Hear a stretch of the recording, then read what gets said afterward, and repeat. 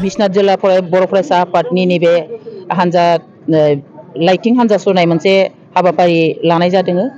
बेनि थांखियानो जाहैदों जोङो सनितपुर आरो बिश्वनाथ डिस्ट्रिक्टआव थालांनाय माखासे जोंनि बिटिआरआव हाबसननो हायै नैबे गामिफोरखौ सोसननो थाखाय जोङो नैबे दिनैनि हाबाफारिखौ लानाय जादों।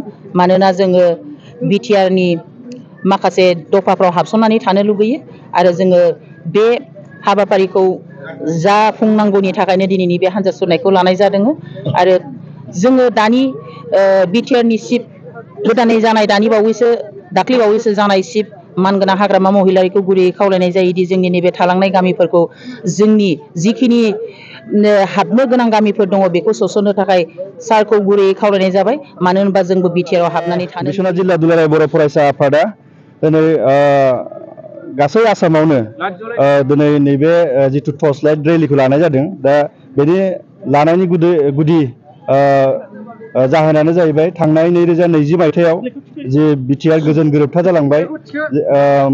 गासै एबसु एनडिएफबि मोनब्रै ग्रुप आरो इउबिपिअ आरो लोगोसेनो आसाम सोरखार आरो भारत सोरखार। दा बेवहाय दिनै बिटिआर एकर्डआ 2020 मायथाइयाव जानानै थांबाय 27 जानुवारियाव। दिनै बे 5 बोसोर दिनै समा बारलांबाय। बे 5 बोसोर सम बारलांनायावबो दिनै बिटिआर एकर्डनि मोनफ्रोमबो दफाया दिनै मावफुंजायाखै।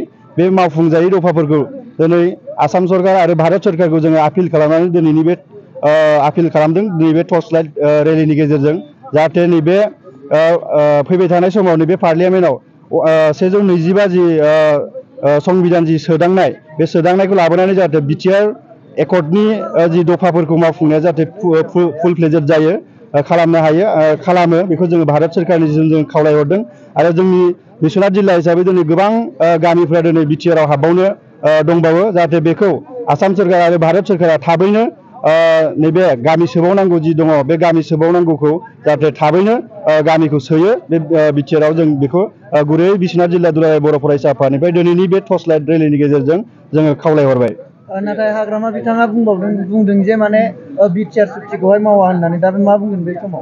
दा बिटिआर सुक्तिखौ हाग्रामा मानगोनां हाग्रामा महिलारि बिथाङा जुदि मावफुङा होननानै बुंदोंब्ला, जोङो बे बिश्वनाथ आरो सनितपुर जिल्लानि जि बर'फोरनि सायाव मोनसे अयनाय, मोनसे बेयो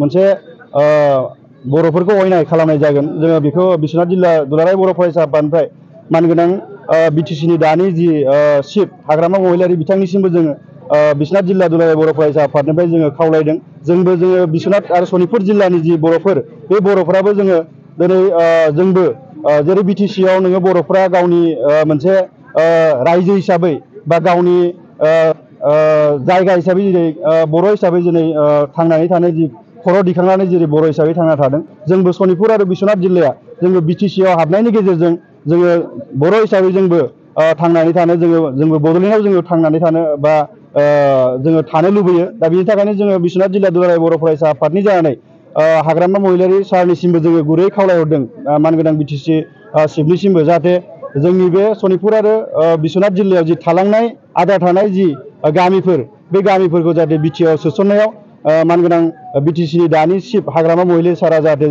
जोंखौ गामि सोसननायाव जाहाथे मदद खालामो। बिनि थाखाय जोङो बिश्वनाथ जिल्ला दुलाराय बर' फरायसा आफादनिफ्राय गुरै जोंनिफ्राय खावलायहरनाय थाहैबाय।